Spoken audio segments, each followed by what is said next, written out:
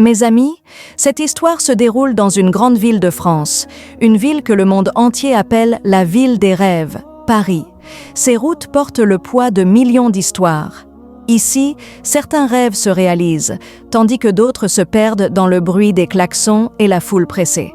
À l'un des carrefours les plus fréquentés de Paris commence notre histoire. Le premier personnage s'appelait Youssef Morel. Youssef avait 25 ans. Dans ses yeux brillait la lumière du savoir, mais sur son visage se lisait clairement la fatigue et les épreuves du temps. Il avait obtenu un master en littérature française, mais son diplôme ne lui avait ouvert aucune porte. À force de chercher un emploi digne, ses chaussures s'étaient usées. Finalement, contraint par la vie, il s'était tourné vers ce qu'il aimait le plus, les livres. Mais d'une manière différente. Chaque jour, au feu rouge, Youssef vendait des livres d'occasion. Toute sa vie tenait dans un vieux sac accroché à son épaule. Victor Hugo, Baudelaire, Shakespeare, Rumi, des mots enfermés dans du papier jauni. Quand le feu passait au rouge, la vie de Youssef devenait verte. Il s'approchait des voitures avec un doux sourire et disait « Monsieur, prenez un livre. Le voyage paraîtra plus court. » Certains baissèrent la vitre, d'autres détournèrent le regard et certains le chassèrent d'un geste agacé. C'était son quotidien. Mais la vie de Youssef ne se limitait pas à ce carrefour. Dans un vieux quartier de Saint-Denis, il vivait dans un petit appartement de 2 pièces. Là résidait le centre de son monde, sa mère malade, Madame Fatima Morel, et sa jeune sœur Lina. Son père était décédé lorsqu'il était enfant. Sa mère souffrait de diabète et d'hypertension. Le coût de ses médicaments engloutissait presque tout ce que Youssef gagnait. Lina avait terminé ses études universitaires. Elle était en âge de se marier. Le plus grand rêve de Youssef était de célébrer le mariage de sa sœur avec honneur. Mais parfois, même le pain quotidien était difficile à assurer. Malgré tout, un étrange apaisement se lisait sur son visage. Sa foi était solide. Quand sa mère disait avec tristesse « Mon fils, toutes tes études n'ont servi à rien. Te voilà dans la rue. » Youssef lui prenait la main et répondait doucement « Maman, Dieu sait mieux que nous. Il n'éprouve jamais un serviteur au-delà de ses capacités.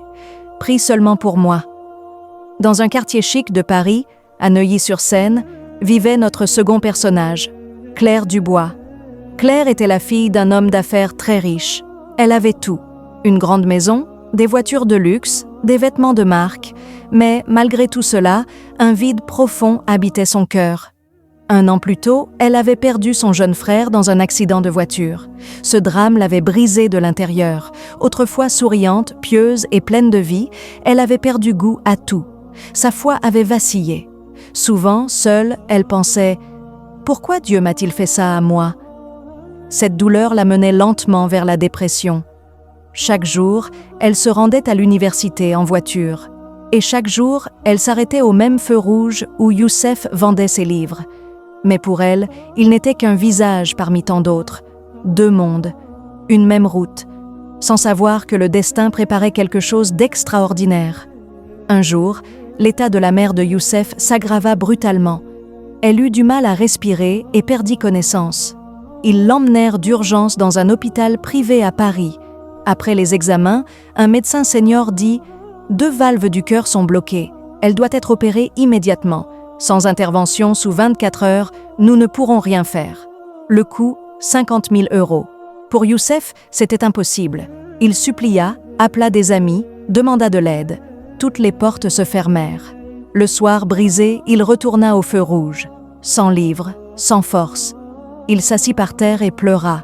Il leva les yeux vers le ciel. « Oh mon Dieu, ne me laisse pas seul. Montre-moi un chemin. » Il sortit un petit morceau de papier et écrivit d'une écriture tremblante « Toute louange appartient à Dieu ». À cet instant précis, la voiture de Claire s'arrêta au feu. Une rafale de vent emporta le papier et le colla sur le pare-brise de sa voiture. Elle lut. Elle vit Youssef pleurer. Une question frappa son cœur. Comment peut-il remercier Dieu dans une telle douleur ? Cette nuit-là, Claire pria après 1 an de silence. Le lendemain, grâce au contact de son père, Claire retrouva Youssef à l'hôpital. Son père paya tous les frais de l'opération, discrètement, via un fonds caritatif. La mère de Youssef fut sauvée. Plus tard, sans révéler son identité, Claire fit envoyer son CV à une maison d'édition parisienne. Youssef obtint un poste d'éditeur. Sa vie changea. La sœur se maria dignement, la mère guérit, la dignité fut préservée. Lors d'un grand événement littéraire à Paris, Claire s'approcha de Youssef. Elle ouvrit la main. Le petit papier était là. Youssef comprit tout. Claire dit doucement, « Ce n'est pas moi, c'est Dieu. Je n'étais qu'un moyen. Votre gratitude a sauvé 2 vies, la vôtre et la mienne. » Cette histoire nous enseigne que les épreuves viennent pour tous. La gratitude ouvre des portes invisibles. Un seul mot sincère peut changer des destins. Dieu n'abandonne jamais ses serviteurs.